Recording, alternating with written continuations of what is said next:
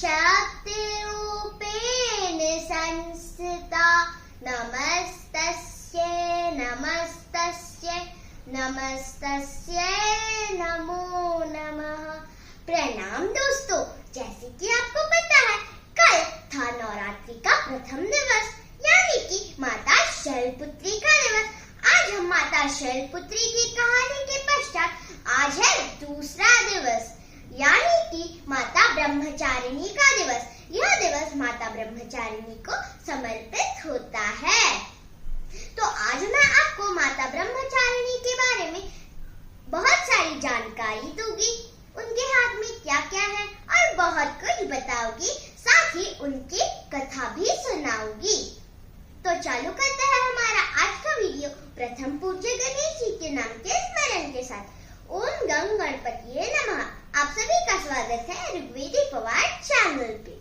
तो ये कहानी है माता शैलपुत्री के जन्म के पश्चात।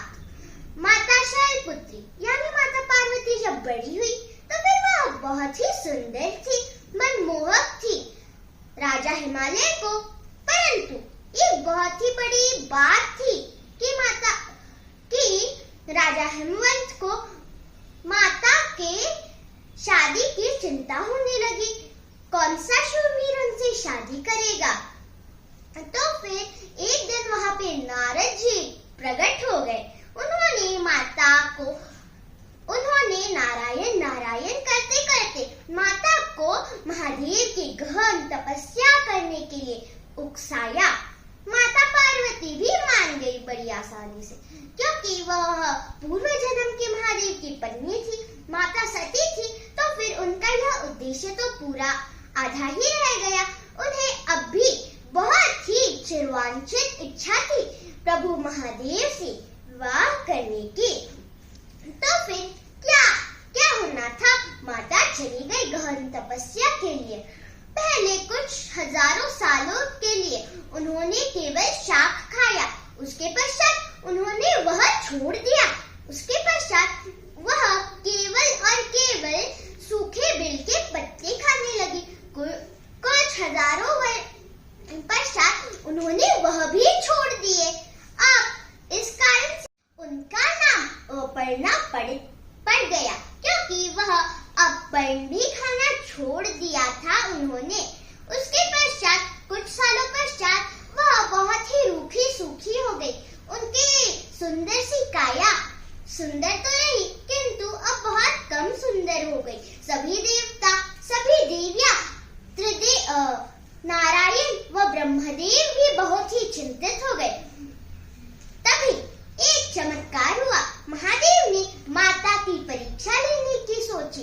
इस कारण उन्होंने माता को अपने गहन तपस्या से उठा लिया और कहा, हे देवी, आप यह तपस्या क्यों कर रही है एक ऋषि के रूप में आकर?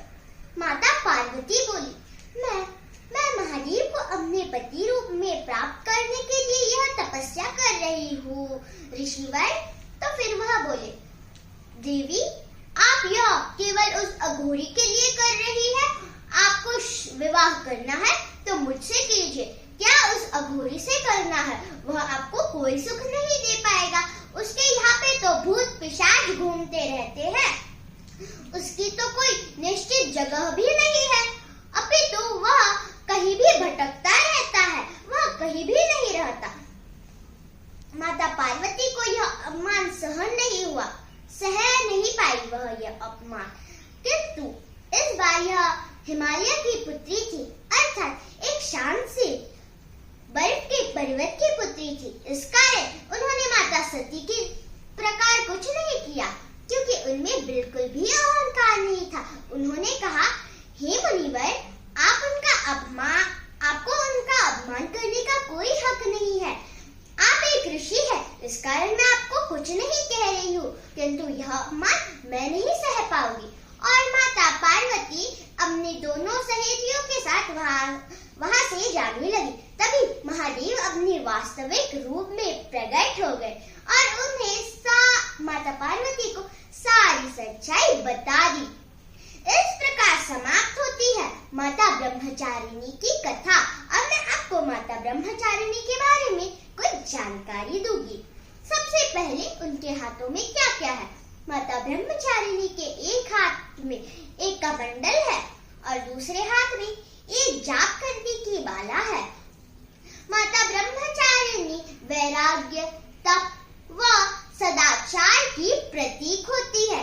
जो भी वैरागी होते हैं या फिर किसी को भी तपस्या करनी हो तो फिर वह माता ब्रह्मचारिणी की आराधना करके यह शुरू करते हैं। अगर आप मेरे इस चैनल पे नए हैं तो फिर अगर आपको मेरी तीसरे दिन की कथा अर्थात माता चंद्रघंटा की कथा सुननी है तो फिर आप मेरा चैनल सब्सक्राइब करें व बेल आइकन दबाएं ताकि आपको सारे नोटिफिकेशन सबसे पहले मिले। धन्यवाद।